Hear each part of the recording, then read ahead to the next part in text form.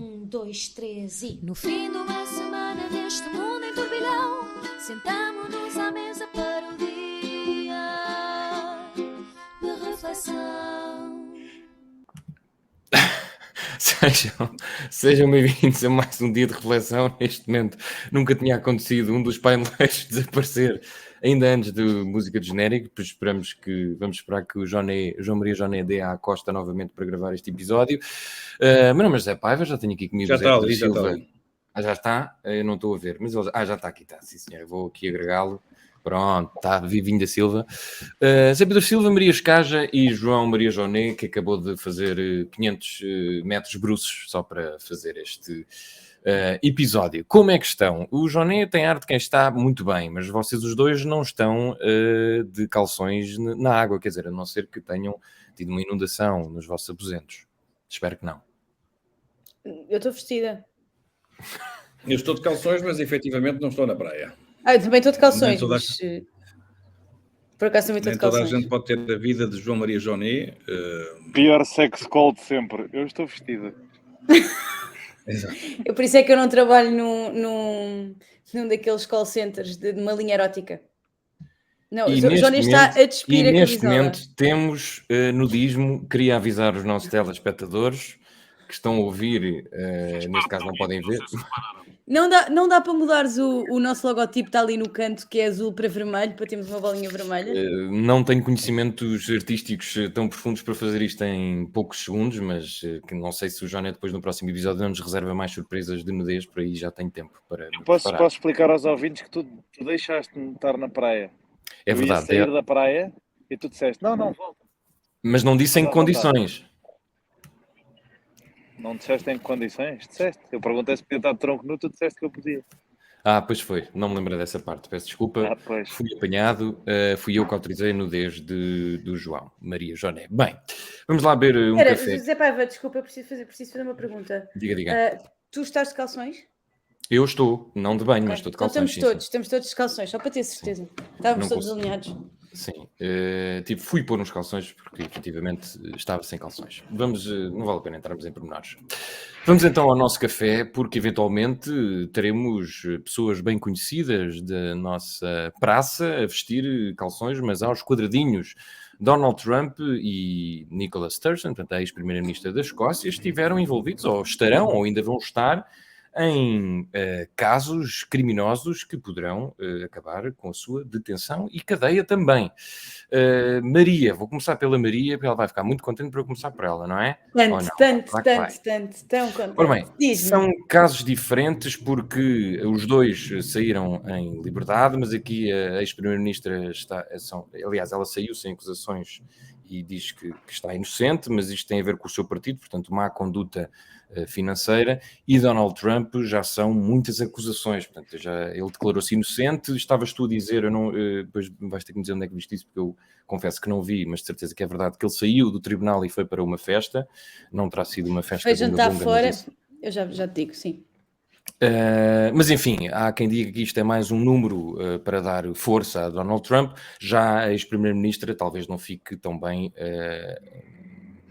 figura, até porque não vai a eleições. Donald Trump vai, portanto, apesar de serem dois políticos a enfrentar possível cadeia, estão em registros diferentes. Isto foi um episódio que te divertiu, preocupou-te de alguma forma? É diferente, um na Europa, dos Estados Unidos, mas queria que me dissesse qualquer coisinha sobre isto. Em primeiro lugar, o da Europa parece-me mais decente do que o dos Estados Unidos, como de resto a maior parte das coisas na política são mais decentes na Europa, em que ela saiu antes de ser acusada e foi acusada já sem ocupar o seu cargo como primeira-ministra. No caso de Donald Trump, estavas a dizer que há quem diga que isto é só mais uma coisa que lhe vai dar força. Voltamos à conversa de que nunca podes ganhar com o tipo de pessoa como é Donald Trump, como com a extrema-direita, porque se não fazes nada, não fizeste nada, porque é que não fizeste, porque é que não disseste, porque é que não confrontaste, porque é que não processaste, e se fazes, é visto como mais uma folha que eles agora vão capitalizar nisso, e o Trump faz isso muito bem, e é aliás um grande professor dessa escola. Sim, o Donald Trump faz anos, 77, acho eu, 76, 77. E quando saiu do tribunal foi recebido num restaurante com um grande grupo de apoiantes seus a cantar-lhe os parabéns. Mais uma fantochada à la Trump. Não sei o que é que vai sair daqui, nunca tive assim uma grande confiança em todos estes processos, estes mega processos dos Estados Unidos e muito mediáticos. Não sei como é que, não sei exatamente quais é que são as acusações, não é? Até porque o julgamento foi à porta fechada, sem câmaras e sem imprensa. É verdade, são as novas regras para tudo o que está relacionado com o Trump, segundo percebi. Pois, não sabia que era para tudo o que é relacionado com ele, mas sei que neste caso não houve imprensa no tribunal. Dito isto, espero que ele seja condenado um dia por alguma coisa, porque o homem faz merda há muitos anos, é uma pessoa execrável, é um cancro na sociedade, é tudo o que há de pior naquele país está representado naquele homem, portanto, se ele for culpado... não querendo fazer acusações e respeitando a presunção de inocência, se ele for culpado, ele que vá dentro de uma vez. Já que não foi dentro por ter andado a abusar de mulheres e anos e anos e anos de assédio sexual e importúnio sexual, vá dentro por alguma coisa. Obrigada. De nada, ora essa, muito obrigado pela sua participação. Vamos passar ao próximo ouvinte. Zé Pedro Silva, bem-vindo. Aqui neste fórum DDR temos a mesma pergunta sobre os casos de possível cadeia de 2 políticos. Vamos começar por Donald Trump, que aqui está acusado de 37 crimes, não é? E muito ligado com espionagem e documentos classificados. Estavas à espera que Donald Trump, um homem a que muita gente diz que não é assim muito inteligente, pudesse ter na sua posse documentos tão importantes? Quer dizer, ele foi presidente, não é? Se calhar guardou alguns para arrumar a casa. Ora, muito boa tarde, Dr. José Paiva. Obrigado por terem, de facto, permitido esta minha intervenção, cumprimentando todo o auditório. Bem-vindo. Muito obrigado. Repara uma coisa, o Obama, de facto, o Obama disparate, o Trump, eu já lá vou ao Obama, por isso é que estás a ver... Isto foi um lápis freudiano, pois não? Isto é não, tipo... Peça ao ouvinte Maria Escaja que deixe o ouvinte Zé Pedro Silva terminar o seu raciocínio, por favor. Ai, peço desculpa, senhor moderador. Eu já lá vou ao Obama, esse é que foi o problema. Mas a questão é esta... Eu tenho cá a minha convicção... Senhor moderador, eu queria só dizer ao colega Zé Pedro que isto é sobre o Trump, não é sobre o Obama. O Obama fica para outro episódio. Mas é que ele já pôs o whataboutismo à frente dos bois. Pronto, cá está. Repara que já chegámos àquele momento em que nem sequer me deixam falar. Isto é a união das esquerdas. Exatamente. Estão muito alinhados com a narrativa do Partido Socialista que diz que isto está tudo interligado. Bom, mas então deixem-me só concluir o meu whataboutismo. É que basicamente, e concluí com alguma dificuldade, porque já não sei onde é que eu ia, porque nem sequer cheguei a começar, mas eu tenho cá a minha convicção. No início, só. Exatamente. Eu tenho cá a minha convicção de que todos os governantes, mal ou bem, mais coisa, menos coisa, levam sempre documentação, uma mais séria, outra menos séria, e atenção que eu com isto não estou minimamente, isto não é uma atenuante relativamente a Trump, já lá vou chegar. Ontem Costa Ribas dizia, acho que foi ontem que eu o ouvi dizer, levam todos, Obama não levou, eu não sei quando é que Costa Ribas fez a vistoria à casa dos Obama, às casas dos Obamas e à fundação e tudo isso, para conseguir dizer com certeza absoluta que não tem documentação nenhuma, como digo, daquela que pode ter, e às vezes está lá um ou outro papel que não pode ter, o que se passa com Trump é que Trump é sempre Trump, ou seja, é sempre taralhoco, portanto, leva tudo, leva os códigos do armamento nuclear, leva as localizações militares, leva informações de outros países, põe na casa de banho, põe no porta-luvas do carro, é um tonto, quer dizer, porque de resto, volto a dizer, é a minha convicção que todos os ex-governantes, chefes de Estado, chefes de governo ao mais alto nível, ficam com documentação e, como digo, uma mais sensível, outra menos sensível, vai sempre alguma coisa no meio. Mas isto é Trump a ser Trump, e eu acho que nós temos que arranjar aqui uma forma que eu nem me oponho, atenção, de ter Trump por ser Trump, quer dizer, como se isto fosse quase a acusação é essa, tu és tu, pronto, olha, arranjámos aqui uma nova figura, e depois a partir daí podíamos também, toda a gente que se assemelhasse a Trump ia também dentro. Aquilo que a Maria falava há pouco, da questão da audiência pública ou privada, isto tem tudo a ver com uma coisa, e depois quando chegarmos à fase em que vamos fazer as nossas homenagens, entre aspas, posso dizer entre aspas, a Berlusconi, eu vou voltar a este ponto, mas isto tem tudo a ver com figuras que quer Homenagem é a queiramos. palavra certa para o que eu vou fazer. Pronto, quer queiramos, quer não, estamos sempre a falar de figuras bastante carismáticas. E volto a dizer, quer queiramos, quer não, figuras com uma personalidade muito forte.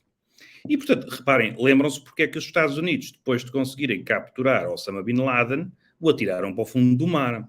A razão era muito simples, porque aparentemente seria sempre uma decisão um bocado inexplicável, como é que a captura do criminoso mais procurado de sempre acabava com ele no fundo do mar. Mas acaba com ele no fundo do mar para que não se façam rumarias ao local onde ele estivesse, que não fosse o fundo do mar.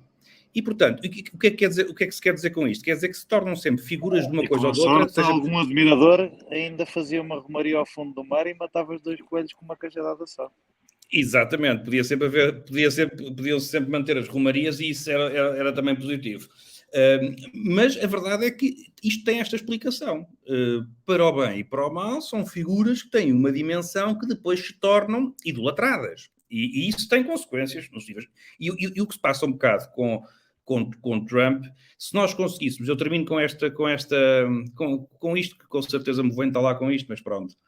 Se fosse possível gerir de alguma forma, aliás, como é possível gerir, no caso de Bin Laden ou de outros casos semelhantes, se fosse possível gerir um pós-Trump ou qualquer pós-populismo, as coisas deviam ser feitas um bocado, se conseguissem ser feitas, por exemplo, as audiências não serem públicas, vai tirar muito daquilo que Trump queria com certeza, que era vitimizar-se, passar a mártir, para que aqueles apoiantes todos o seguissem ainda mais cegamente, porque isto era tudo uma cabala contra ele.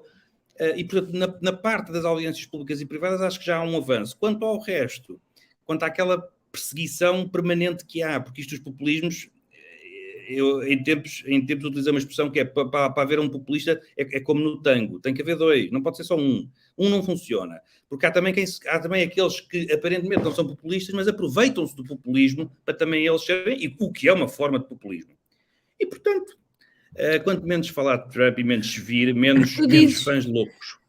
Tu dizes que devemos atirar Trump para o fundo do mar? É esse o resumo da tua intervenção? Não, minimamente, sabes? Tu é que só ouvi isso. Tu não ouviste o mesmo que eu.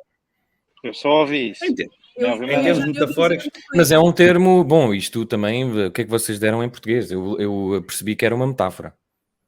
Em termos metafóricos, mas este país está muito complicado para metáforas, em termos metafóricos, sim, é um bocado isso, mas atenção, o que me distancia de várias opiniões e provavelmente também das vossas é que eu não acho que isto é um caso, e eu não sou como o Costa Ribas, que diz que não, o Obama não levou nada, o Obama não tem nada, ou seja, eu comecei por dizer que eu acho que há um risco maior em figuras como Trump, porque se tornam, de alguma forma, passam a representar um ídolo de uma certa turba que não me apetece muito alimentar, mas eu acho que eu não sou daqueles que sou anti-Trump e que não há mais problemas nos Estados Unidos da América e que ele é que é o responsável, porque essa turma também dizia que os Estados Unidos da América iam acabar com Donald Trump, iam acabar numa guerra civil, e o dia 6 de janeiro foi complicado, mas o que se viram foi isso. Muito bem, obrigado Zé Pedro Silva pela sua participação, mantenha-se em linha porque vamos precisar mais de si nos próximos segmentos deste dia de reflexão. Agora tenho aqui João Maria Joné para falar um bocadinho também da Escócia, porque o primeiro-ministro escocês, Humza Yousaf, recusou esta semana suspender Nicola Sturgeon do Partido Nacional escocês. Não sei se eventualmente em Portugal poderíamos fazer a mesma coisa, isto até porque houve outros membros do SNP que foram interrogados e depois libertados sem qualquer acusação, portanto a ex-primeira-ministra não foi a única. Qual dos casos o entusiasmo, peço desculpa estar a tratar por tu, o entusiasmou mais, o Donald Trump ou de Nicola Sturgeon? Bem, eu obviamente congratulo-me por trazer o tema da política escocesa para o centro do debate da política internacional em Portugal, não é? Porque vocês gozaram, mas a verdade é que de repente também propõem episódios da política escocesa, porque lá está. Há valor e é preciso andar à procura dele, não é só assim nos mercados mais conhecidos, Portugal não tem essa dimensão financeira toda e também tem que ir à procura em sítios assim um bocadinho mais fajutos. Eu pedi ao ouvinte João Maria Joné que não ofendesse os outros ouvintes, pois receio que poderão não voltar. Peço que esses comentários fiquem para o off, para mantermos aqui alguma Para não urbanidade. perdermos os nossos ouvintes escoceses. Mas, no caso de Nicola Sturgeon, era um caso que já tínhamos falado anteriormente, foi o que causou a sua demissão, tem a ver com negócios também do marido, ainda há muito por apurar, e não é nada tão óbvio e tão giro de debater como o caso de Donald Trump, em que há escutas, há transcrições e há relatos de episódios absolutamente hilariantes. E só concordando com o Zé Pedro Silva, que nos Estados Unidos a quantidade de material classificado é brutal, e no meio de tantos documentos que as bibliotecas presidenciais acabam por guardar, é normal que vão documentos que na altura estavam classificados e que haja esta pequena confusão que aconteceu com o Mike Pence, aconteceu com o Joe Biden, há de ter acontecido com muito mais gente. Isso é uma questão, mas isso não é uma questão que as autoridades estejam preocupadas em investigar, porque não interessa. O que interessa neste caso não tem nada a ver com os documentos irem para casa ou não irem, tem a ver com serem documentos de um determinado grau de sensibilidade, as autoridades perceberem isso, perceberem que a pessoa que os tem está a partilhá-los com pessoas avulso, pedir-lhe os documentos de volta várias vezes e ele recusar-se a devolver os documentos. Os 37 crimes aqui são tudo à volta disso. São à volta de contar segredos a outras pessoas e à volta de se recusar a devolver os documentos que se compreendeu que eram demasiado sensíveis. Há histórias engraçadas, há aquela belíssima transcrição, não sei se viram, em que ele começa Trump por dizer: se eu fosse presidente podia desclassificar isto na hora e isto já não era classificado. E uma pessoa do seu staff ri-se e diz: sim. E ele: pois, assim é crime, mas pronto, se eu fosse presidente não era. E está literalmente numa transcrição, ou seja, o crime está admitido. Há o episódio giro de Trump querer pôr aquelas caixas todas que depois se viram na casa de banho, querer pôr as caixas todas num avião, e a Melania Trump, como aquela mulher que leva o marido a uma loja e ele quer trazer demasiadas coisas, a dizer tipo: deixa lá isso aí, que depois o avião vem muito pesado e não sei o quê, e ele insistir que trazia na mesma os documentos todos. Portanto, é uma história com bastante mais graça para um café, mas aqui os meus colegas de painel quiseram ser sérios sobre a ameaça do populismo e outras coisas que não me interessam nada. Esqueci-me que isto era café, desculpem. Pois, Deixem-me refazer tudo. Todos presos. É tudo, estão todos a gamar. São todos uns manfios, ladrões. Vês? Aqui um momento de revista à portuguesa. Mas tu repara, eu fui por aí, eu disse que neste caso para mim é sempre a questão de, é uma coisa que é relativamente banal, mas como foi Trump, tinha que ser este folclore, e o folclore são de facto esses... Não é? Ou seja, o banal é teres o documento em casa. O não Exato. banal o documento e a informação... É andares a mostrar ao Kid Rock a ameaça nuclear que a Coreia do Norte representa e a perguntar ao Kid Rock o que é que tu farias sobre isto. Kid Rock, conhecido cantautor americano, para o caso dos nossos ouvintes não o conhecerem. O documento, eu não estava a dizer que isso fosse com certeza que isso seja vulgar, mas tu repara, nós não sabemos, todos os ex-governantes, ex-chefes de Estado, ex-chefes de governo, não é todos. Ex-assessores do Ministro das Infraestruturas, até? Exatamente. Não, mas todos terminam. Mas não é só isso, não é só levar documentos confidenciais. Às vezes é levar também informação, por isso é que muitos depois vão fazer conferências para o resto da vida. E são conferências que, mal ou bem, têm sempre uma base de informação, que é uma informação que obtiveram em funções públicas. Agora, tu repara, é evidente que tu não conseguiste contrariar-me, porque nós estamos sempre a falar das mesmas coisas, mas em Trump é sempre folclórico, porque tu repara, eu não sei que informações é que Obama ou que Biden partilha na sua intimidade com um cantor, seja com quem for, não faço ideia. Imagino que um ex-presidente dos Estados Unidos tem imensas piadas para fazer, completamente criminosas, à mesa com amigos. Portanto, agora, neste caso, como é evidente, nós tínhamos de estar numa cena a Trump, porque Trump é Trump e será sempre Trump e será sempre esta figura pateta, não é? Que começa logo pela sua própria aparência, embora não goste de criticar essa parte, mas como é uma escolha, mesmo em termos de tonalidade, porque ele repara, ele tem um bronze, não é como o de João Maria Joné, que é natural. O de Trump é completamente artificial, portanto... Nota-se que não vive em Cascais. Nota-se que não é de Cascais. Trump não é de Cascais e vê-se pelo tom daquele bronzeado. Não estava à espera aliás, um comentário que a família Bush poderia fazer sobre Donald Trump. Não sobre ser de Cascais, mas o equivalente lá do sítio, porque eles faziam muito esses comentários. Não estava à espera que esta primeira parte do fórum DDR fosse sobre a tonalidade do corpo de João Maria Joné, mas assim... Mas, José assim Paiva, deixa-me só dizer-te uma coisa. Diga. São os desafios do direto. É que eu não fui à Escócia e eu gostava num comentário de 20 segundos. 20 segundinhos, por favor. Mas podemos ir. Querem que eu veja voos? Exato.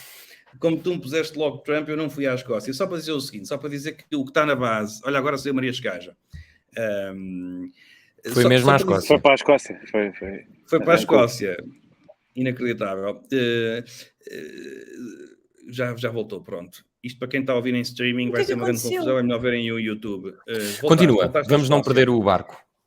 Isto para dizer que é curioso, são negócios do marido, dizia há bocado João Maria Joné, mas que envolvem uma questão de financiamento partidário. Eu acho que acaba por sempre ser a acusação mais grave. E é também o delito mais comum entre políticos. Sarkozy também está a braços com questões ainda de financiamento.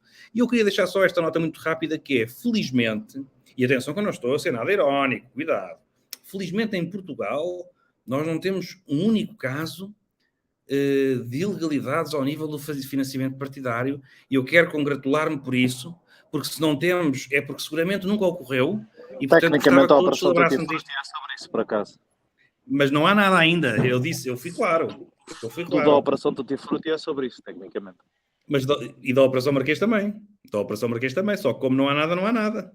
Enquanto não há nada, da operação Marquês é pessoal. Tutti Frutti é que tem a ver com as redes de financiamento do PS.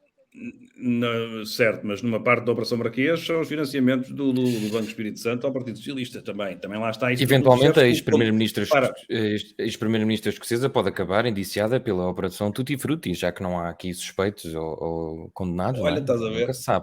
Nunca sabe. Mas concluíste? José, concluíste? Muito bem. Deixa-me só dizer-vos que diga. Por 222 euros podemos ir à Escócia de, como é que é? 6 de outubro a 8 de outubro, pensem nisso. Muito bem, fica essa informação da ouvinte Maria Escaja. Vamos passar agora para outros temas, vamos voltar aqui ao Nacional, porque ainda vamos dar um pezinho a outro evento, talvez mais trágico ou não, ou feliz, internacional. Vamos falar aqui do 10 de junho, de cartazes alegadamente racistas, isto no meio dos Santos Populares, não é? Um autêntico forrobodó. Maria, houve ministros como João Galamba vaiados, houve um cartaz que fez com que António Costa se passasse com um professor, um cartaz que ele entendeu como sendo racista, que estava a caricaturá-lo, e Marcelo Rebelo de Sousa, que em mais um dos seus discursos espampanantes disse: é preciso cortar os ramos mortos que atingem a árvore toda. Isto foi um autêntico filme, não é? Tivemos romance, tivemos tragédia, tivemos terror, drama, e isto tudo entre 10 de junho, 12, 11, 13, foi aqui uma autêntica romaria à portuguesa. Estou a contar que a Maria vai aventar que o ministro João Galamba não foi vaiado, mas sim assobiado em forma de piropo. Vamos ver. Acabou de pescar o olho, este sacana acabou de pescar o olho. Vamos ver. João Maria Joné, as coisas que se dizem nos grupos do WhatsApp não são para passar para o podcast, para começar. Exatamente. Maria, o que é que te deixou mais incomodada? É um discurso de Marcelo Rebelo de Sousa que parece não sair do mesmo sítio, ou do crescimento de um certo... como é que eu direi? Azedume entre a população e os políticos portugueses? Há aqui algumas coisas que eu quero dizer sobre este assunto. E uma das reflexões que eu tenho feito é que é sempre mais fácil uma pessoa tolerar agressões, no caso verbais, a figuras que despreza, do que figuras que não despreza. E eu tive a pensar na situação, ou seja, eu não gostando de António Costa, não tenho asco a António Costa. E pus-me a pensar se estes cartazes não fossem para... Johnny, tipo, estás com ar de gozo, deitado na areia, faz uma cara séria. E pus-me a pensar se os cartazes fossem, por exemplo, com Pedro Passos Coelho, se eu teria a mesma opinião e não consegui chegar a uma conclusão. E acho que isto é uma reflexão que toda a gente pode eventualmente fazer da forma como se lida e como se interpreta um insulto a uma pessoa que se detesta e a uma pessoa que não se detesta.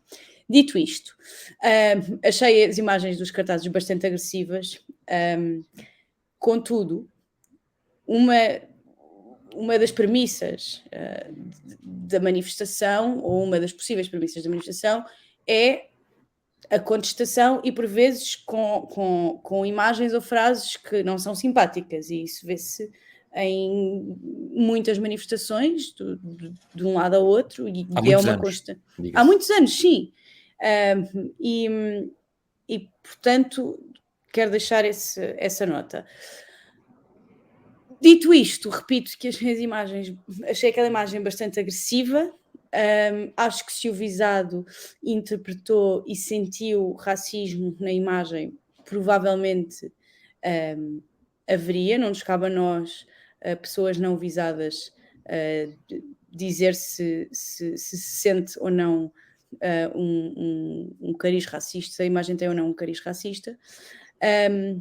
A parte que me fez mais confusão foi os lápis enfiados nos olhos, confesso-me, isso é porque eu detesto coisas com olhos, e espetarem olhos e tirar olhos, eu detesto todo esse imaginário. Curiosamente havia um cartaz também com um lápis espetado no olho do Ministro da Educação, João Costa, mas sem nariz de porco.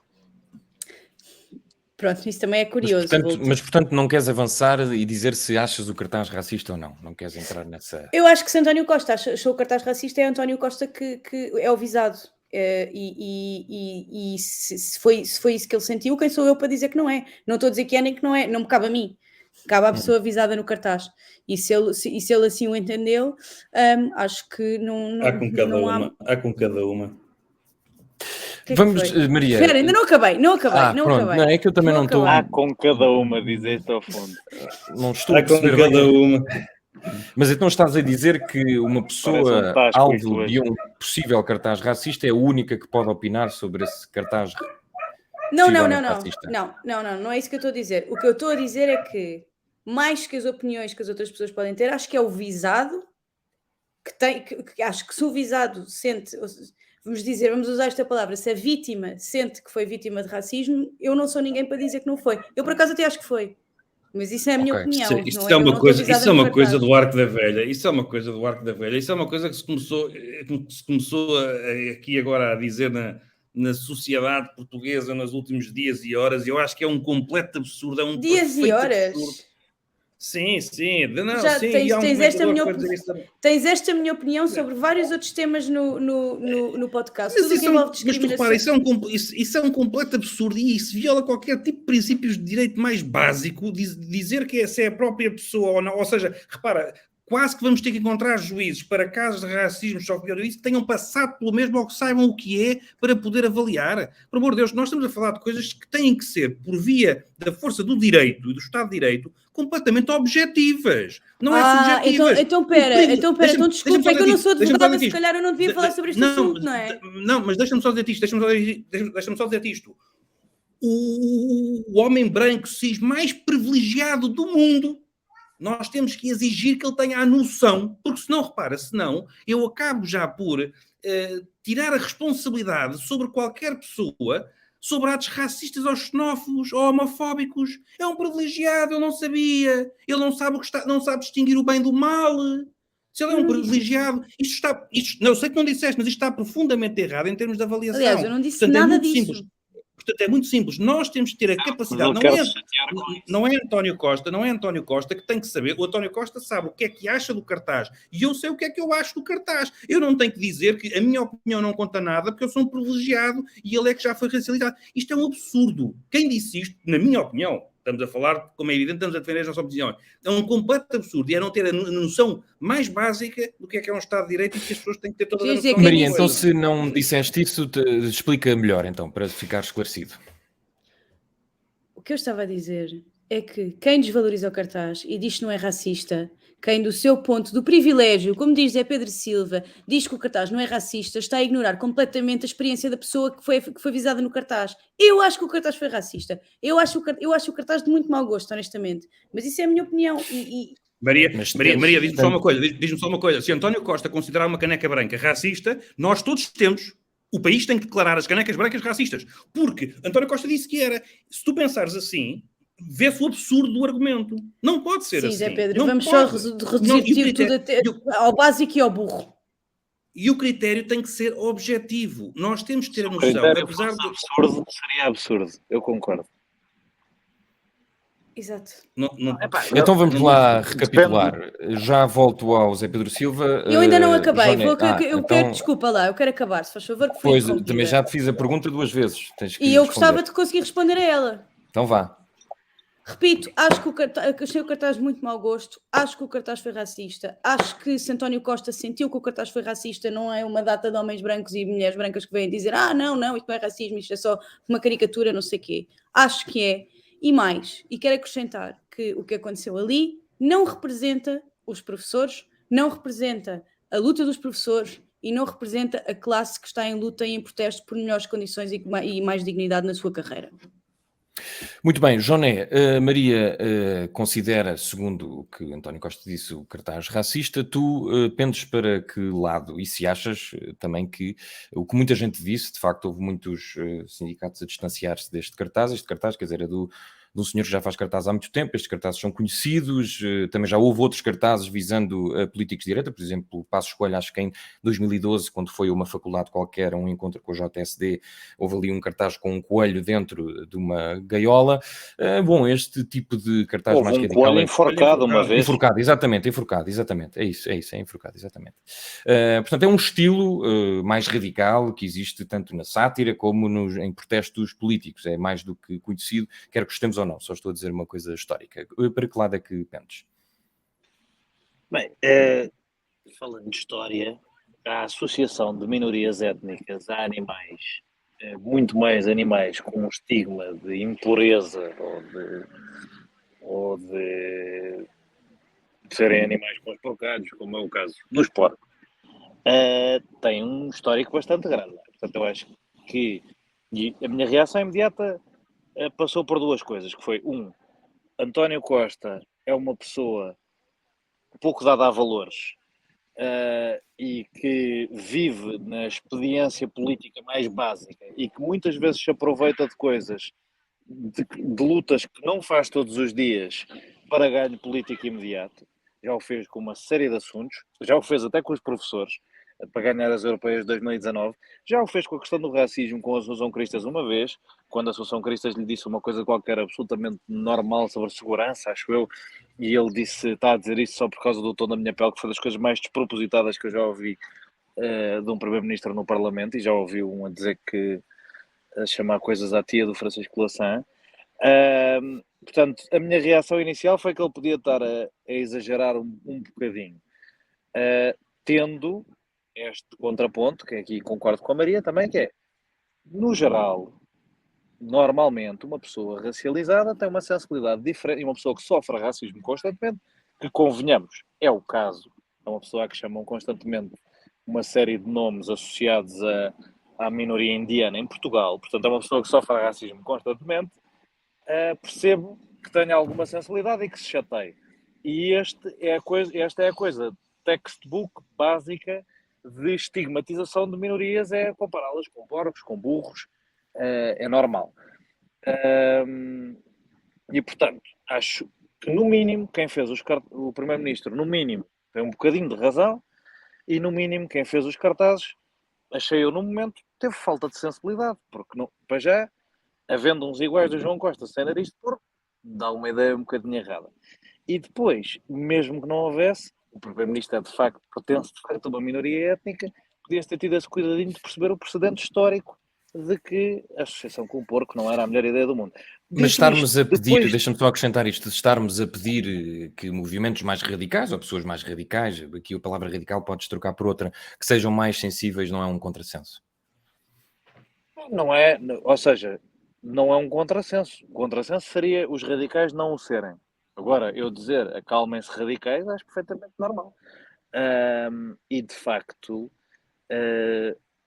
em avaliando depois o trabalho do senhor e a insensibilidade racial com que ele aborda algumas caricaturas, seja a caricatura anti-vacinas de António Costa vestido de Deus hindu, seja a caricatura de António Costa a levar uma chapada de uma cabo-verdiana que agarra uma banana, dá-me a ideia que este senhor não será anjinho nenhum. E a ideia com que fiquei inicialmente ganhou forma nos dias seguintes. Agora, também me podem dizer, e eu também compro a teoria, de que estes cartazes já lá andavam há uns tempos, o Primeiro-Ministro foi de propósito confrontá-los para ter um bom momento televisivo de vitimização, porque foi o gênio de Luís Paixão Martins que assim o decidiu. E eu também compro o cinismo, e já disse, já falei disto há bocadinho, incomoda-me o cinismo de António Costa de utilização do racismo. Já me incomodou anteriormente, pode-me incomodar agora se for verdade na mesma.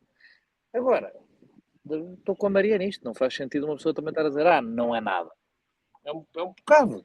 Tipo, o se é muito ou se é pouco, depois é com cada um, mas que é indiscutivelmente um bocado, acho que dá sempre para concordar que no mínimo é imprudente. Zé Pedro Silva, é um bocadinho racista, não é nada racista, não queres avaliar o grau de racismo do cartaz? Achas que António Costa foi cínico ou de facto há aqui razões para, mesmo sendo Primeiro-Ministro, ficar levemente chateado, tendo em conta todo o contexto pouco favorável até à sua governação, com estes momentos de protesto nas ruas? Pequenos momentos, vá, para já. Eu acho que António Costa pode achar o que ele quiser dos cartazes e das coisas que lhe dizem, e eu, neste caso, não concordo com ele, mas ele tem, aliás, os princípios que eu há bocado invocava são mesmo assim, não é? Ou seja, se ele considera que foi ofendido, aliás, António Costa está em tribunal com o antigo governador do Banco de Portugal porque considera que foi insultado no seu livro, portanto, as pessoas têm esse direito. Aquilo que eu contesto é começar-se a dizer que critérios têm de ser completamente objetivos, e se nós perdermos esta objetividade dos critérios, estamos completamente feitos ao bife. Isso é a base da justiça pelas próprias mãos. Portanto, é quem sente na pele é que tem que se defender e que sabe o que é crime ou não. E como digo, estes princípios são perigosíssimos para um Estado de Não Direito. foi absolutamente nada disso que foi dito aqui. Deixa-me só Mas referir. eu não estou a dizer que foi dito crime, aqui. Não falei em justiça, não usei essas disse... palavras. Mas eu não disse que foste tu, Maria Escaja. Estou a dizer que é o que se tem falado e é o que eu tenho assistido. E tenho visto quase repreensões públicas, seja nas redes sociais, seja nas televisões, a quem ousa ter uma opinião. Porque é privilegiado não sei o quê. E isto é completamente absurdo. E reparem, e volto a dizer, absurdo de um ponto de vista do direito, porque eu tenho que exigir aos privilegiados, nós somos privilegiados, encantado da vida, temos que nos exigir a nós próprios, termos a noção do que está certo, do que está errado, do que é racismo, do que é homofobia, do que é xenofobia, temos que ter essa noção, não podemos passar para os outros. Portanto, mas esse primeiro é o princípio. Portanto, se António Costa considera que foi ofendido, seja a ofensa racista, xenófoba, seja ela qual for, está no seu direito. Eu também posso fazer uma avaliação política de um governante que tem este nível de sensibilidade. Porque vamos lá falar direitinho e com as coisas bem ditas e sem Rodriguinhos, como diria o outro. Todos os políticos em Portugal sempre foram vítimas de uma identificação qualquer satírica ou não, do ponto de vista dos sindicatos, fosse o que fosse. Durão Barroso era o Cherne. Só por causa de um poema lido pela sua mulher, falecida mulher, passou a ser o Cherne. Foi para sempre o Cherne. Continua hoje a ser. Cavaco Silva, a múmia. É sempre natural que as pessoas depois nas críticas identifiquem, e é natural que em António Costa a identificação podia ser com o quê? O que é que poderiam chamar a António Costa? Há uma identificação permanente com a qual eu não concordo, não estou a dizer que concordo, estou a dizer que isto é o povo e estes são os países livres. Têm estes problemas tremendos, que é as pessoas poderem fazer estas paródias, porque noutros regimes vão logo dentro. Mas eu não estou a dizer que concordo, mas consigo compreender, apesar de lamentar, porque eu lamento o cartaz. Eu acho que o cartaz é uma merda pegada, a nível da ideia, a nível da sátira, a nível das imagens, aquilo é repugnante. Mas para mim não é repugnante por ser racista, é repugnante por ser repugnante. É mal feito. Se o indivíduo acha que é artista, ainda bem que ele continua a ser professor também e que não virou só para as artes. Portanto, eu não gosto nada daquilo. E se estivesse no lugar do Primeiro-Ministro, cara, também me ofendia, mas eu acho que eu não podia ser nunca Primeiro-Ministro, porque ofendia-me com tudo. E a quem me chamasse nomes na rua, como chamaram ao Primeiro-Ministro, havia logo ali uma cena, e eu nesse meu, como estava com os seguranças, e éramos 10 contra 1. Mas, portanto, aquilo que cada pessoa sente são questões completamente diferentes. O que eu aqui quero dizer é que esta questão dos cartazes, que aparentemente é de lana caprina, acabou por levantar uma discussão na sociedade que eu acho que é da maior relevância. E é preciso as pessoas terem um bocado de noção das coisas que dizem, só para ficarem bem na fotografia. E mais uma vez não estou a falar de ti, Maria Escara, eu estou a falar do que eu ouvi nas últimas horas. Nós podemos querer sempre... Queremos a falar de mim? Não estou a falar de ti também. Vocês têm um entendimento, para mim, que está na fronteira, que é perigoso. Porque é como eu digo, nós temos de ter uma opinião sobre se determinada coisa é racismo, é xenofobia, é homofobia, é o que seja. Temos que ter essa noção. Temos que saber quais é que são os critérios. Acho que isso é fundamental. E quando se abdica de ter essa opinião, porque achamos que pertence apenas ao ofendido, acho que estamos na fronteira, de facto, disto que eu considero perigoso. E, portanto, para mim, sobre os cartazes é isso. Eu acho que foram péssimos, são mal feitos. Eu, se tivesse sido o Primeiro-Ministro, eu tinha seguido completamente em frente e não dava qualquer valor àquilo. Eles ouvem muitas coisas. O Cherne, o Cavaco Silva, Paulo Portas, por amor de Deus, o que é que ele não ouviu? Sabemos bem, e sabemos bem qual é que era o ângulo. É um ângulo também óbvio, já toda a gente sabe. Portanto, quer dizer, quem vai para a política tem que ter um certo estofo. Certo, mas o ângulo com que se atacou Portas, Sócrates, Costa e até mesmo Cavaco, porque um dos fundamentos principais para considerar um determinado tipo de discriminação muito, muito problemático é o histórico legislativo de discriminação desse grupo. E, por acaso, Portugal tem um histórico legislativo de discriminação dos algarvios. E, portanto, isso é diferente de discriminares um gajo chamado Zé Manel de Alvalade porque tem uma cara de peixe. Tipo, há níveis. Discriminar uma pessoa, bater para punching down ou punching up é diferente. Tu bateres num gajo privilegiado que tem cara de peixe é diferente de bateres num gajo que vem de uma comunidade discriminada. João Maria Joné, António Costa neste país dos cartazes racistas, António Costa foi eleito com maioria absoluta, foi Presidente da Câmara, está há anos na política.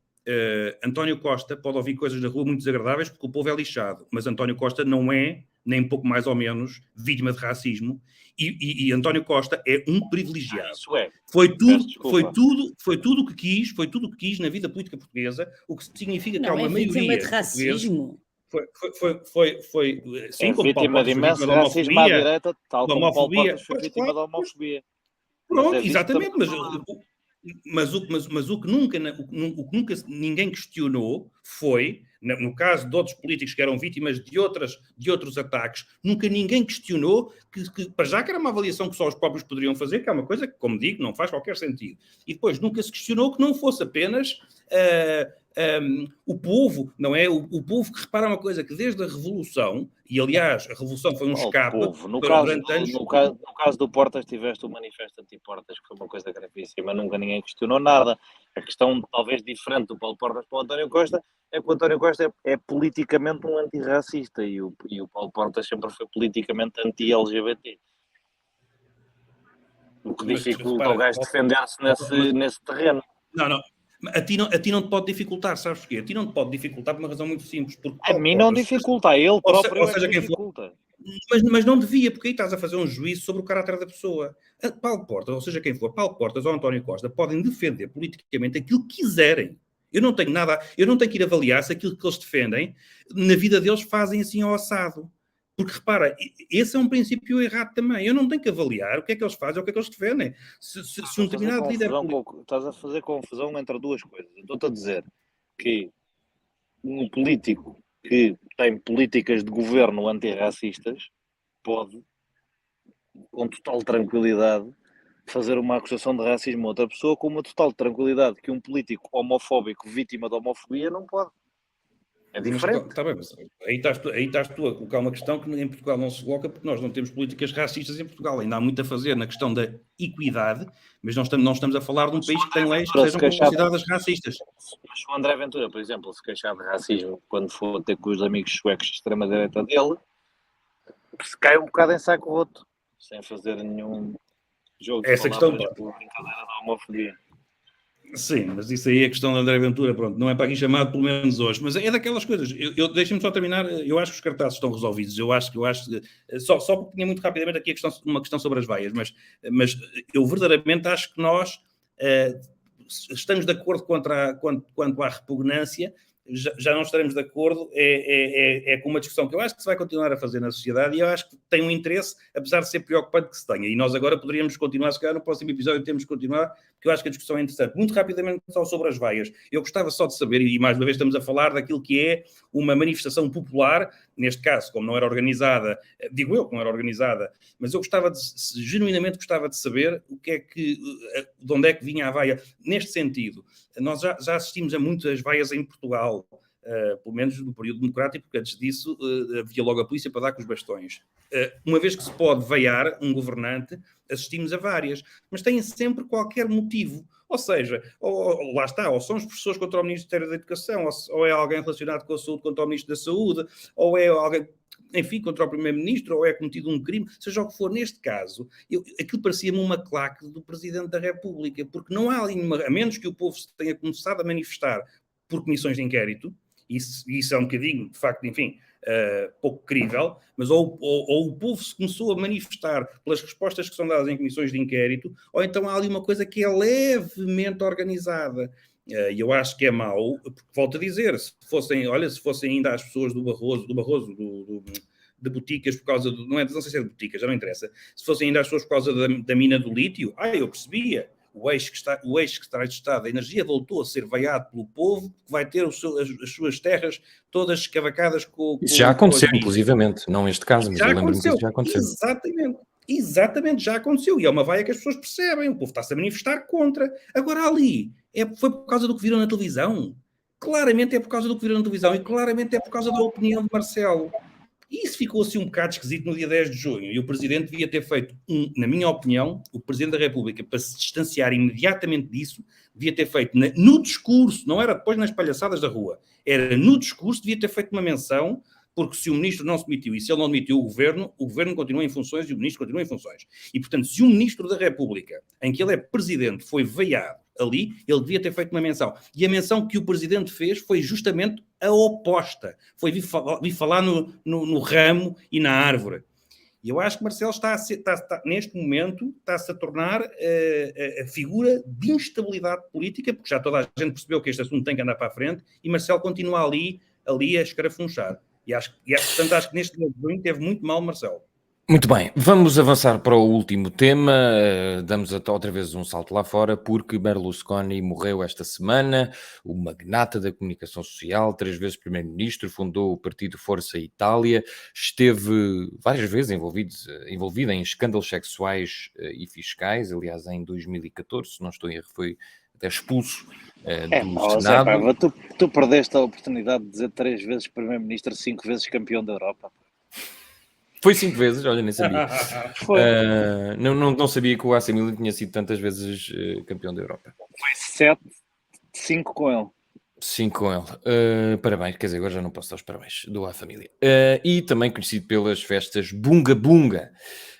Vi aqui uma coisa curiosa, por exemplo, o homem, como deu para ver, Berlusconi foi adorado e odiado por muita gente. Ele começou a trabalhar em barcos de cruzeiro enquanto estudava Direito. Ele tem várias peripécias, há coisas bastante engraçadas, para quem achar engraçado, porque isto é de facto um homem que fez muita coisa, e talvez, enfim, muita merda também. Maria Escaja, tu tinhas um elogio fúnebre, penso eu, a Berlusconi. Podes começar. Elogio fúnebre é a palavra certa. Estou a tentar não ser demasiado, mas olha, não deixa saudades. Não vou verter uma lágrima pela morte de Berlusconi. Também não celebrei, mas porque não calhou. Ele nos anos 90 aproveitou todo o colapso do sistema político italiano para tomar conta daquele país e ele é no fundo um bocado o pai desta direita populista moderna, e sendo ele um homem da comunicação social há quem diga isso, sim. Um homem da comunicação social que usou muitas vezes os meios de comunicação social, a rádio, a televisão, os jornais e etc., para se promover. E E não só isso, como foi também uma das pessoas que abriu as portas para o regresso da extrema-direita ao poder em Itália.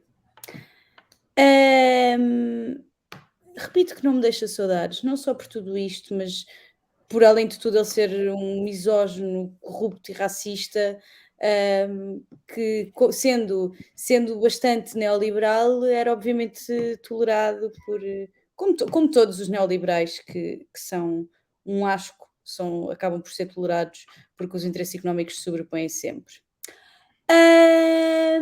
De referir que ficou aprovado... Vai dizer a citação da lésbica? Não. Vou só dizer que... Conheço, mas não a vou reproduzir. Achei que vou só relembrar aqui que Berlusconi pagou a uma menor para ter sexo com ele, e acho que isto diz tudo sobre o caráter daquele homem. Esse, aliás, foi o episódio que despoltou as festas de Bungabum, não é? A investigação, se não estou em erro. Olha, Ele ligou para a polícia a dizer que era filha do diplomata. Bem enterradinho, com 7 palmos de terra, quem diz 7 diz 14, e não deixa saudades e não volte nunca, não reencarne para quem acredita na reencarnação, que aquilo acaba ali, queimem, salguem a terra, pronto, é isso, salguem a terra, queimem tudo. Muito bem. Sim. Já dissemos de velhos, agora estamos aqui a profanar mortos, vamos ver o que é que eu não tenho problema nenhum em profanar, repara, há uma diferença entre profanação de mortos e dizes a verdade sobre uma pessoa que morreu. Uma pessoa, quando morre, não se torna automaticamente num lindo anjo enquanto vivia, que saudades que deixa, que bela pessoa que foi. Não, o gajo foi um cabrão, a vida toda. Nunca tinha usado esta palavra neste podcast, é Pedro Silva está de olhos arregalados. Muito obrigado. Já foi. Não vou continuar. Não vou continuar, porque a partir de agora vai ser só. E eu não tenho aqui blips suficientes para pôr nas vossas bocas, passa a expressão. Zé Pedro Silva, ficarás com saudade de Berlusconi, ou consideras que o homem que, a certa altura, para muitos estava à frente do seu tempo, quando transformou a política, aliás, quando usou o marketing para a política, e agora já estava bastante ultrapassado, ou não? Ou tens algum elogio para lhe fazer? Não, elogio não, mas eu reconheço, há uma coisa que se deve reconhecer, que é uma circunstância histórica. Berlusconi acaba por ser um regresso assim àquela política italiana mais tradicional, isto depois da Segunda Guerra, naturalmente.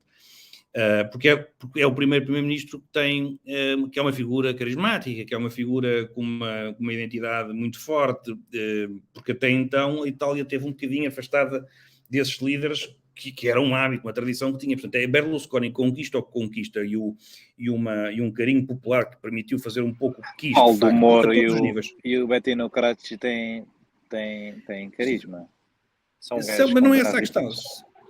São, absolutamente, mas nenhum deles, aliás, é como te digo, no pós-guerra tu não tens um único exemplo de um político que tenha tido a figura, lá está, de Berlusconi, ou seja, tiveste muitos carismáticos, como é evidente, e até na oposição, mas nunca tiveste nenhum que conseguisse granjear tanto apoio a todos os níveis e que recuperasse aquela aura italiana, enfim, do passado, da indústria, tudo isso. Nós não nos podemos esquecer, estamos a falar de 95, 96, por aí fora, estamos a falar de um período em que a indústria italiana, que é uma coisa muito querida dos italianos, por exemplo, nós não ligamos muito à nossa, porquê? Não temos indústria, temos a Alta Europa, só falamos da Alta Europa, é a única coisa que nós temos. Os italianos têm uma indústria fortíssima, eram a quarta economia, salvo erro, naquela altura, nos anos 90, a quarta economia do mundo. Portanto, os italianos têm muito, quase que reconhecem uma liderança mais forte, mais pujante, com críticas. Como é evidente, nós podemos entender que era uma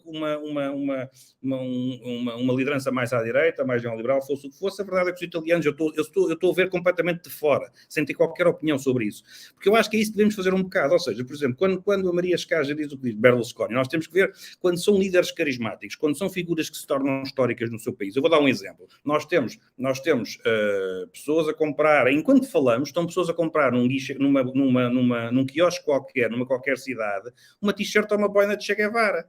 É uma figura carismática. Nós, se fôssemos ver o que é que Che Guevara fez, era um homem que tinha que ser condenado 20 vezes, ainda que fosse post-mortem, não é? Pelas suas condutas morais e éticas, o que ele fazia na sua vida, as escolhas que fazia. E, no entanto, há pessoas que o admiram. E eu, reparo, como um democrata, apesar de que não estou a falar de um deles, mas como um democrata aceito que as pessoas tenham esta visão, mesmo que seja romântica, da vida. E o que eu acho é que Berlusconi, como é evidente, é uma figura que não pode ser nunca consensual, mas eu acho que lhe devemos reconhecer, e isto não é apoiar as suas políticas, mas é reconhecer que há um momento histórico na Itália que lhe pertence, para o bem e para o mal, e que será sempre recordado na história como uma figura que não esteve só de passagem. E eu consigo relativizar sempre isso, mesmo hoje em dia, quando nós falamos, para não ir tão longe, quando falamos de Xi Jinping, quando falamos de Kim Jong-un, não me vou alongar muito mais, estamos a acabar isto, mas eu tenho um bocado a visão de que a vida é como é, o mundo é como é, os países têm direito à sua autodeterminação, e eu tenho que, de certa forma, respeitar um bocado o que é que cada país reconhece ou não aos seus governantes. Não sou eu, porque eu não tenho aqui nenhum código que vá ali à estante, abri-lo e ver o que é que está certo e o que é que está errado. Portanto, admiro Berlusconi na medida em que conseguiu recuperar uma Itália que estava um bocadinho letárgica, e nessa medida tem mérito. Ora bem, a Maria Escaja que colocou-se de fora da avaliação racista do Cartaz, a Pedro Silva coloca-se de certa forma de fora da avaliação de Berlusconi. Não, eu dei a minha opinião sobre o Cartaz. Queres desempatar aqui a avaliação que nós, europeus, possamos fazer do seu legado, que ainda demorou bastante tempo e que deixa, enfim, marcas que estão bem presentes em Itália, não é? Bem, interessa-me, porque o legado de Berlusconi interessa-me. É uma pessoa que pegou em dois rótulos que me são muito queridos, como vocês sabem, que é moderado e liberal, que eram os italianos que ele dizia que representava. No entanto, foi tudo menos isso. Nem na parte do neoliberal eu consigo concordar muito contigo, Maria Escaja. Talvez muito, muito neo, no sentido de completamente iliberal na defesa de determinados interesses capitalistas, mas muito ênfase no neo e pouco no liberal. O Berlusconi foi a pessoa que abandalhou, a primeira grande pessoa a abandalhar a direita global do ponto de vista cultural, digamos. Margaret Thatcher é a primeira a abandalhar do ponto de vista intelectual, a trazer os burros para a sala de controle das políticas económicas. E Berlusconi traz os burros para a política de gosto e cria a direita da Trash TV, que depois é replicada por Trump e é replicada por todo o populismo europeu moderno, mas é uma direita da negação da inteligência e do repúdio pela conversa minimamente ponderada sobre políticas públicas e puramente pop, pimba, talk shows, programas da manhã, crime é mau, vem o diabo dos comunistas e isto vai tudo arder, e destruição total do discurso político. Aliás, hoje no enterro de Berlusconi cantava-se "Quem não salta é comunista", com bandeiras do Força Itália, um partido que tem o mesmo nome do lema do AC Milan, Força Milan, não é? Porque é o total abandalhamento da política em função do popularucho. Não fosse Berlusconi um popularucho, lá está, cantava em cruzeiros, sem desprimor para quem seja bem educado e canta em cruzeiros, mas ele não é.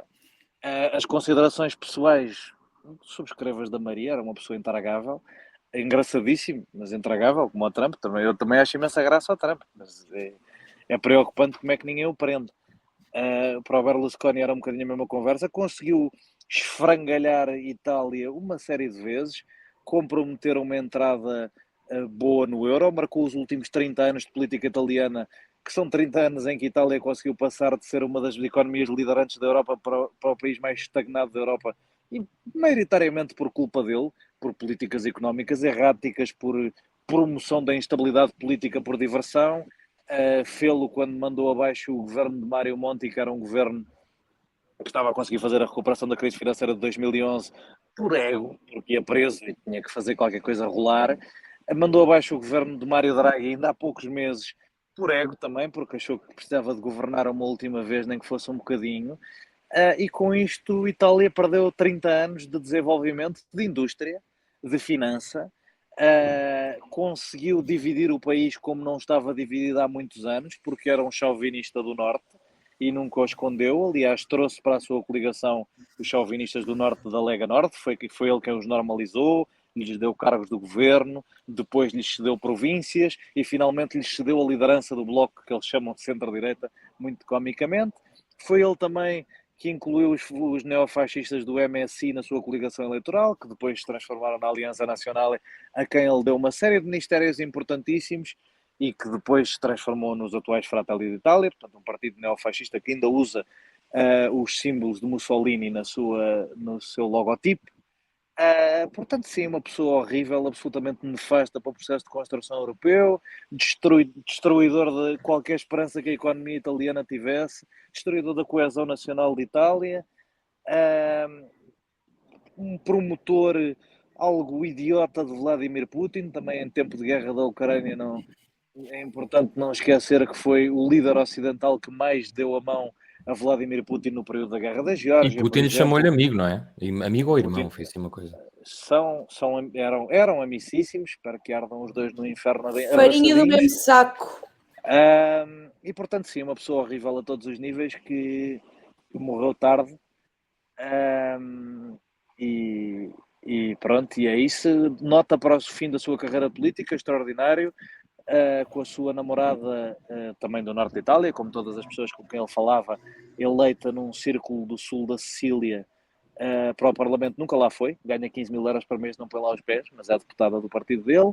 Ele também é eleito para o Parlamento Europeu, mas tem mais faltas do que um deputado grego, eurodeputado grego que está preso, e não pode, portanto, ir a Bruxelas. Portanto, uma pessoa... coleta na mesma o ordenado, naturalmente, mais as despesas de coletava, que agora já não coleta mais. Deve ir para a viúva agora, que empocha nos 15 mil do Parlamento italiano, empocha mais o do Parlamento Europeu. E pronto, uma pessoa horrível, ainda bem que morreu. É pena ter nomes tão bonitos da história do futebol como Clarence Seedorf, Kaká ou Paulo Maldini associados a ele, ou Van Basten, mas é a vida. Eu, enquanto presidente do Milan, ainda teria mais umas coisas para dizer, a maioria delas positivas do ponto de vista da gestão desportiva, não tanto do ponto de vista dos apitos dourados lá do sítio, que também esteve envolvido, também é importante lembrar. Se eu estivesse aqui a dizer todas as coisas pelas quais o Berlusconi devia ter sido preso, não saíamos deste programa. Portanto, os comentários futebolísticos ficam para quando fores ao canal. Deixa-me só dizer isto, Paiva. Agora eu vou ter que malhar um bocadinho no João, com todo o respeito. Pronto, cá vamos nós. Tu estás sempre a pedir que haja discussão e agora vai ter que haver discussão. Mas só muito rapidamente, porque eu acho engraçado o João ter a raiva que tem, que é notável, aos populismos desta Europa e deste mundo, mas eu acho que a raiva que tem, os dois, o amor e o ódio, são muito próximos. E o Joné muitas vezes consegue ser um populista igualzinho a eles. Porque tu repara, disse o que disse de Berlusconi, que ele já devia ter morrido, e isto podia ser um programa de Berlusconi. Isto podia ser... Repara, eu acabo de ouvir Joné e podia ser Silvio Berlusconi. Eu acho isto interessantíssimo. Porque tu repara, ignora, indo só aos podres, porque Berlusconi tinha muitos, de facto. Ele era, de facto, muito profícuo em podres. Tinha bastantes. Mas ignora totalmente a substância e na forma eu queixei-me da substância. Mas ignoras o período em que ele governa a Itália, o período de transformação do mundo inteiro, e se tu fosses comparar com todos os outros líderes, podemos ficar só pela Europa, porque os blocos na altura eram muito mais fechados do que agora com a globalização. Mas, portanto, ignoras o desenvolvimento que a Itália tem, apesar de tu considerares que no finais dos anos 90 a Itália podia ser talvez o número 1, ou do mundo até, se não fosse da Europa. Portanto, ignoras tudo isto, ignoras o avanço Itália também até em matérias... 90 cresce. Itália até Berlusconi, Itália cresce. Desde Berlusconi, Itália estagna. Não, e depois não estagna, não. Os meados dos anos 90, em que estamos a falar da quarta economia italiana e a economia do mundo, eu acho que Berlusconi, se não me falha a memória, sai em 95. Ele tem ali um período muito curto, mas a influência de Berlusconi em toda a política... Mas ele espatifou um Ferrari, é verdade. Havia um Ferrari. Ele tem um percurso de uma influência que é permanente a todos os níveis, para o bem e para o mal, até quase e para o mal, neste caso, do ponto de vista judicial. Mas aqui a questão é muito simples, não se pode reparar. Eu só te apelo a que tu criticas tanto os populistas e bem, não sejas também um deles, porque Berlusconi pode ter uma avaliação muito mais fina do que dizer que é um desgraçado que já devia ter morrido, por uma razão muito simples, porque é de facto uma figura da política italiana que é incontornável. Itália não degenerou num país... Mas repara, a Itália não degenerou num país que não respeitasse os direitos humanos, que fosse um ataque aos direitos civis. Aliás, esteve à frente em muitas coisas de outros países ao seu lado. Então não degenerou? Queres falar do tratamento de refugiados promovido pelas coligações que ele sempre apoiou? Tu estás a falar, eu já sabia que tu ias aos refugiados, porque vamos sempre aos mesmos temas, sempre, e isso lá está, isso é mais um programa de Berlusconi, isso é populismo, vamos sempre aos mesmos temas. Agora com a Inglaterra, o que é que se fala? Fala-se do Stop the Boats, vamos sempre aos mesmos temas. Eu não estou a dizer que isso não seja digno de crítica, posso ou não ser, sendo certo que eu acho que nós devemos ter sempre... direitos humanos, não fui eu. Mas deixa-me só dizer isto, que os abusos de direitos humanos em Itália pioram sempre que um partido de Berlusconi está ligado ao poder. Em defesa de Johnny, ele enumerou um certo número de falhas do seu legado político, só depois é que desejou felicidade pela sua morte. Em defesa do Johnny. Só falhas. Eu justifiquei. A questão das migrações é uma coisa que eu acho que nós, e muito rapidamente, eu acho que nós temos que ter sempre uma coisa, acho que há um respeito que nós devemos ter, que é, nós falamos como um país que não tem esse problema. Nós não temos 15 mil refugiados a entrar pelas praias do Algarve todos os dias. Eu aqui estou, obviamente, a exagerar. O que eu estou a dizer é que é fácil falar quando nós não temos um problema. E é fácil falar quando temos um problema, o que fazemos é enfiar as pessoas em caixotes, em contentores em Odmira. Portanto, isso é uma maneira fácil, mas que eu acho que nem a Itália nem o Reino Unido podem ter contentores com 100 migrantes lá a viver em condições subhumanas. Portanto, acho que há um certo respeito que se tem que... São políticas que têm que ser sempre discutidas, mas o que eu acho engraçado é Portugal falar com uma soberba quando não tem esse problema, quando os barcos que vêm para Portugal desviam logo para a Espanha porque não querem vir para aqui, porque ninguém quer vir para aqui, e nós falamos com uma sobranceria sobre os aspectos migratórios que eu acho notável. Itália tem um problema gravíssimo a esse nível, a Espanha tem um problema também muito grave, o Reino Unido nem se fala, e portanto... Por acaso são os 3 países em que eu passo mais tempo, de longe, e nunca vi nada, mas deve ser eu que estou super distraído. Olha, por amor de Deus, não se passa nada. Para além de histórias Mediaset / tabloides ingleses / Vox, o que é há? Não há emprego para as pessoas? As pessoas estão todas na rua a violar, é o que se passa. Não, eu não disse isso, mas tu dizes que não há um problema de fluxos migratórios em determinados países da União Europeia e pessoas que querem entrar na União Europeia, se diz que isso não existe, já é mais grave. Então, claro que há. Em que medida? Claro que há. O que é que lhes falta? Mas eu não estou a dizer, não estou Qual é o problema? O problema é que há pessoas não brancas a entrar em quantidade. Não te vou dizer que o problema são pessoas não brancas, não é? O que eu estou a dizer é que... Não. O problema é que eu volto a fazer um exemplo académico para ver se tu percebes. Se tu tivesses centenas de barcos a chegar às praias do Algarve, se tu tivesses 15 ou 20 mil pessoas a entrar, se tu tivesses se tu tivesses um interesse no teu país, como não sabes, o problema é esse, é não saberes qual é o problema. Esse é o problema. Qual é o problema? É não se saber qual é o problema. Bom, se ninguém vai responder, vou ter que encerrar o programa. Se tivessem a vir 20 mil pessoas agora aqui para a praia, qual é que era o problema? Pronto, mas isso, repara uma coisa, mas isso lá está. Isso tu já entendes que, como eu volto a dizer, nós também temos fluxo migratório para Portugal e que vai parar toda a contentores. Ou então em casas de namoraria em que vivem 100 no T0. E o Joné pergunta, qual é o problema? Qual é que é o problema deles virem? Mas alguém disse que há um problema em eles virem. Eu digo que há um problema enquanto tu deixas entrar sem conseguir integrar. E esse é um problema de humanidade. E, portanto, é muito fácil falar e muito fácil aparecer como grande. Venham todos, entrem todos. Mas qual é que é o mega problema de integração em Itália? O que é que está a provocar? Há mais crime? Não há. Trabalham menos? Não trabalham. Pagam menos impostos? Não pagam. Qual é o problema? É que as pessoas, quando entram, têm que ser integradas para não acabarem em contentores ou acabarem em 50 num T0. E esse problema de integração é um problema que os países têm que resolver e não devem ignorar como ignora Portugal. Há pobres brancos, há pobres escuros, há pobres de todas as cores. Mas tu estás a comparar condições que são... Mas tu estás a comparar pobreza com 30 pessoas numa casa ou num contentor? Isto não é pobreza. Isso é subdesenvolvimento. Um país europeu não pode aceitar isso. Não há pessoas com cartão de cidadão em Portugal portugueses com esses exatos problemas. Não existem. É só imigrantes que têm esses problemas. Eu acho que é um problema particular na imigração. Acho que sim, acho que é óbvio. Apesar de haver portugueses baixo de pontos, isso não tem a ver com as calças. Tem a ver com o problema. E repara uma coisa, e nós em Portugal estamos longe de ter o fluxo que tem em determinados países. Porquê? Porque não somos um país tão atrativo. É evidente. Nunca fomos. Mas, pronto, em Itália é melhor ser um refugiado em Milão ou ser um gajo normal que nasceu na pública? Quem é que tem melhores condições de vida? O problema de Itália são os refugiados ou é a pobreza extrema do sul de Itália? Que esse senhor fez tudo para aumentar. Que Berlusconi fez tudo para aumentar. Sim, fez tudo para beneficiar os mesmos de sempre de cima. Os mesmos, lá está, por isso é que eu estava a duvidar muito da caracterização de política liberal do Berlusconi. O Berlusconi não tinha política liberal, tinha política de beneficiar os grandes grupos económicos do norte de Itália, em desfavor dos serviços sociais que as pessoas do sul de Itália dependem e ainda em negociação com a máfia, constantemente. Certo, mas tens consciência que, para o bem e para o mal, que tudo pode ser discutível, mas tens de ter consciência que a economia italiana, que foi a quarta maior do mundo, foi assim que se fez. Foi que os empresários chegavam lá e tinham o dinheiro que quisessem para fazer a indústria. Ou seja, aquilo que hoje em dia quase que se pode considerar o BPR, tinha a Itália. Ou seja, nós temos que sempre avaliar circunstâncias políticas face à região onde se inserem. Eu não posso avaliar a política italiana e o que foi Berlusconi como foi Cavaco Silva. Não podes comparar a Berlusconi com Cavaco em matéria de transferência.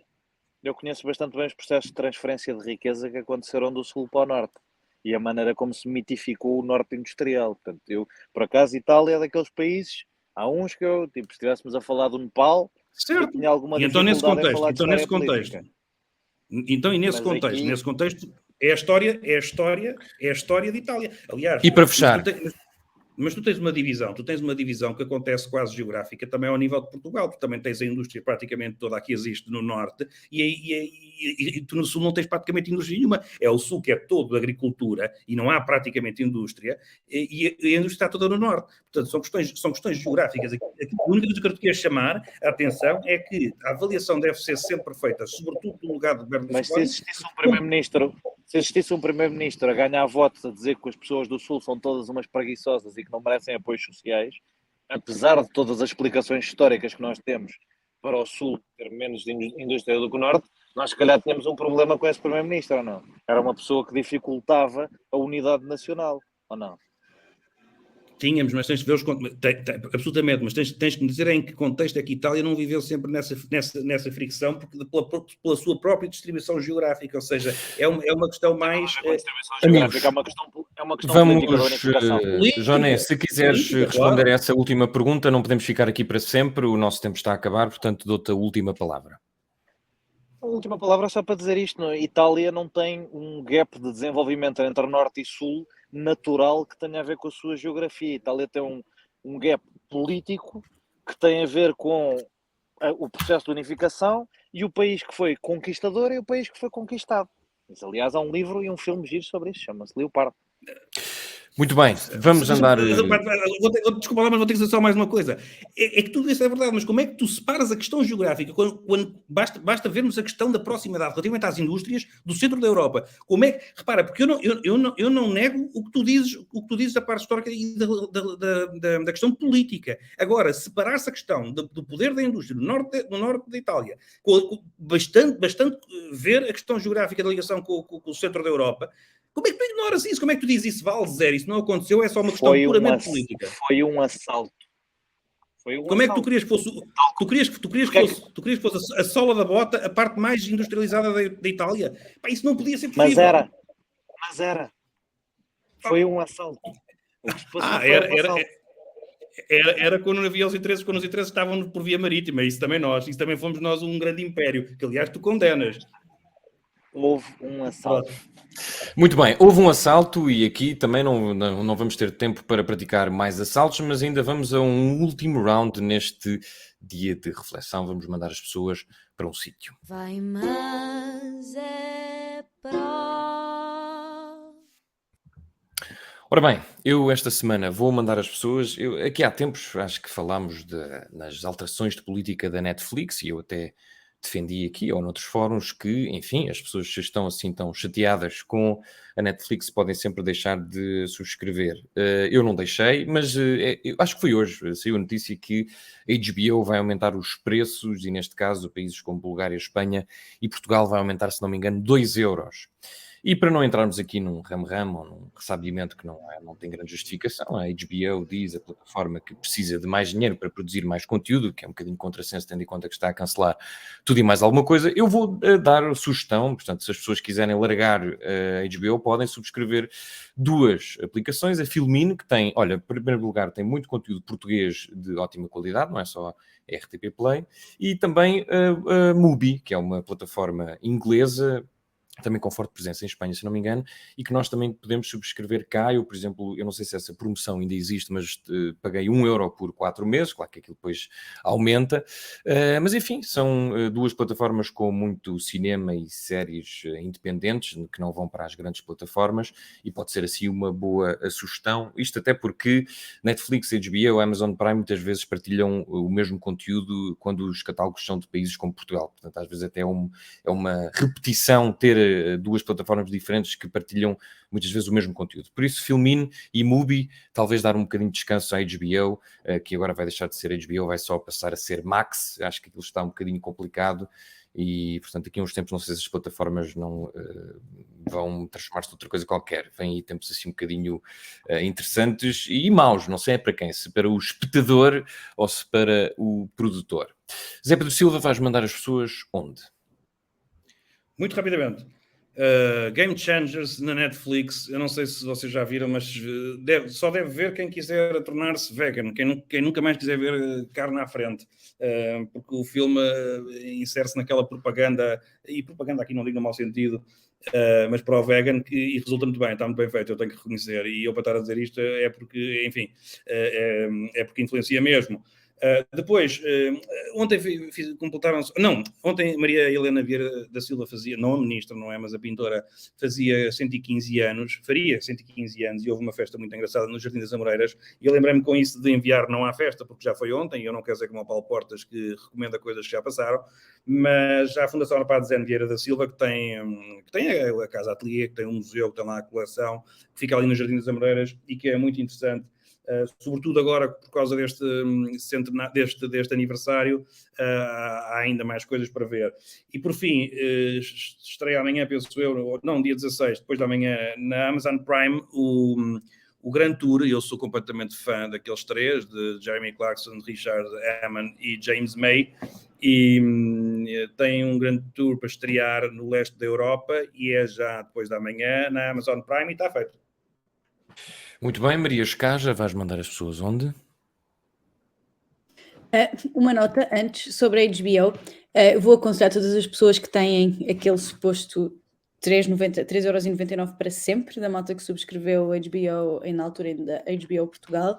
Verifiquem se os vossos cartões de multibanco estão a expirar, se a vossa forma de pagamento está ativa e está boa para durar, porque os senhores andam a fazer uma coisa que é não avisar quando há problemas de cobrança, cancelar a subscrição para que a subscrição dos 3,99€ acabe. Isso aconteceu-me, passei de pagar 3,99€ para 7,99€.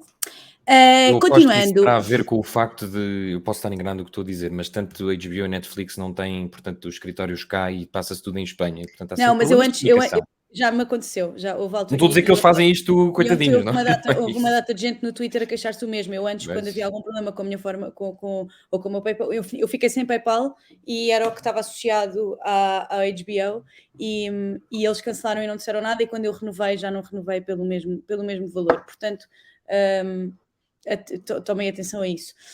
Vou também mas se pagares anual, fica nesse valor. Se pagares anual, fica esse valor. Pois, eu sei, pá, mas pagar anual nesta altura da minha vida... Em teoria sim, mas quer dizer, eles avisaram isto do nada esta semana, não estava previsto um aumento de preço. Portanto... Sim, exato.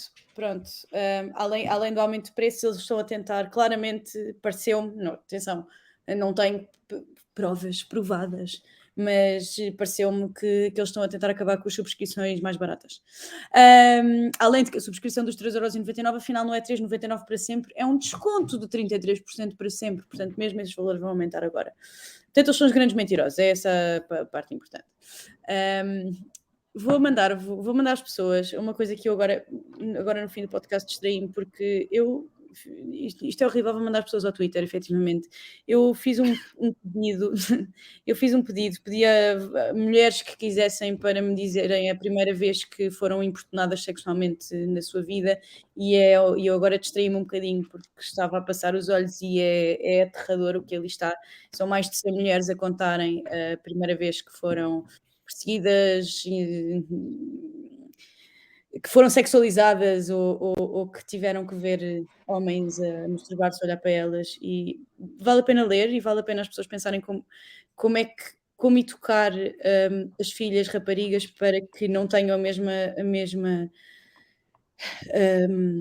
atitude que eu tive, que foi ficar morta de vergonha e não contar aos meus pais durante 20 anos. E Importa educar os filhos rapazes para não fazerem também. não são, sim, mas a maior parte do que está aqui relatado são adultos. Mas já foram crianças em alguma fase. Já foram. E eu acabei de ler uma rapariga a dizer que passou por um homem na rua que lhe disse que lhe fazia isto e aquilo e aquilo e aquilo, e no dia a seguir encontrou na escola porque era pai de uma colega de turma. Há aqui coisas muito maradas e acho que vale a pena refletirmos como é que se educa uma sociedade para que isto não seja reproduzido e para que não tenham a vergonha e a aflição que eu tive de não conseguir sequer contar e de todos estes comportamentos, muitos destes comportamentos, passarem completamente impunes. Vamos à parte cultural. Vou mandar as pessoas virem à Marcha de Pride, dia 17 de junho, este sábado.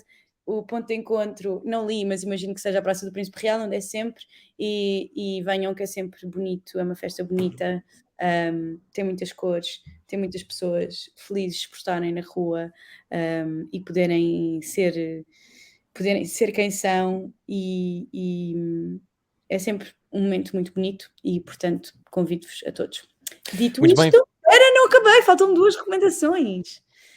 Sexta-feira temos Sérgio Godinho nas Festas do Oeiras. Venham ver Sérgio Godinho às Festas do Oeiras. Lá estarei. Mas é tudo descardices. Será que é tudo descardices? Já não pode dar uma no cravo e outra na ferradura? Não.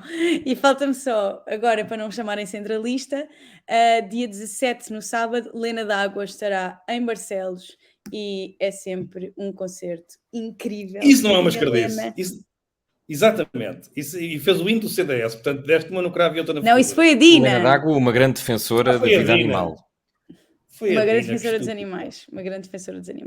Muito bem. Tá? Agora vamos rematar o dia de reflexão com o Joné. Vais mandar as pessoas onde? Já mandei, eu acho, porque já recomendei que as pessoas lessem ou vissem o Leopardo. Tendo em conta a conversa que tivemos. O Leopardo não é ótimo porque dá um bocadinho uma ideia. Sabes onde estará o filme? Não. Não faço a menor ideia, vão descobrir, pá. Porra, também tenho de fazer tudo por vocês. Enfim. Se quiserem, empresto-vos o livro, que até tenho 2. E, portanto, empresto mesmo. Agora... Ok, aos nossos ouvintes? A ti também, tipo, sim. Mas vão ter contigo Deixa no banco, e depois alguém. Eu empresto a um ouvinte na boa. Agora, outra coisa é que, pronto, já não tem o contexto. Já é um contexto muito aristocrático do sul de Itália, dá pouco para perceber a atividade económica que lá houve antes. Para isso teriam de estudar mais o período espanhol ou até aragonês do sul de Itália, mas também recomendo, não é? Há páginas da Wikipédia para isso, há de haver ótimos vídeos de YouTube sobre a história do sul de Itália, vão fazer isso. E eu daqui a nada vou ao Toy nas festas do Eiras, também posso recomendar isso. Eu estava para ir, mas não posso. Pronto, eu vou antes de ir para a SIC. Portanto, já sabem, Toy nas festas do Eiras e depois João Joné na SIC. Exato. Maria, querias ainda acrescentar alguma coisa? Recomendação. Eu não sei se já recomendei aqui Rabo de Peixe, acho que já todos recomendámos, talvez. Já. Vários de nós recomendámos. Já vou só re-recomendar Rabo de Peixe porque acabei ontem de ver. Pá, e a série está muito bem feita, não concordo nada que achei ótimo, achei incrível. Não concordo nada que não esteja bem feita. Estou mesmo orgulhosa que aquilo tenha sido feito cá e que haja produção nacional assim. Eu recomendo. Diz. Não precisa. Só para dizer que eu recomendo rabo de peixe, mas também a cabeça. E há muita gente que não sabe, mas a cabeça é a melhor parte do peixe. E é uma coisa que me enerva porque as pessoas raramente pedem cabeça. O que deixa sempre a cabeça para quem sabe que é bom. É a parte que fuma melhor do peixe, é a cabeça. Eu vi-te com uma sardinha a fumar, exatamente. A ir contra as leis do governo que restringe o tabaco também às sardinhas. Começamos com nudez, acabamos com tabaco. Vamos ver o que é que segue pelo dia dentro. Está terminado mais um dia de reflexão.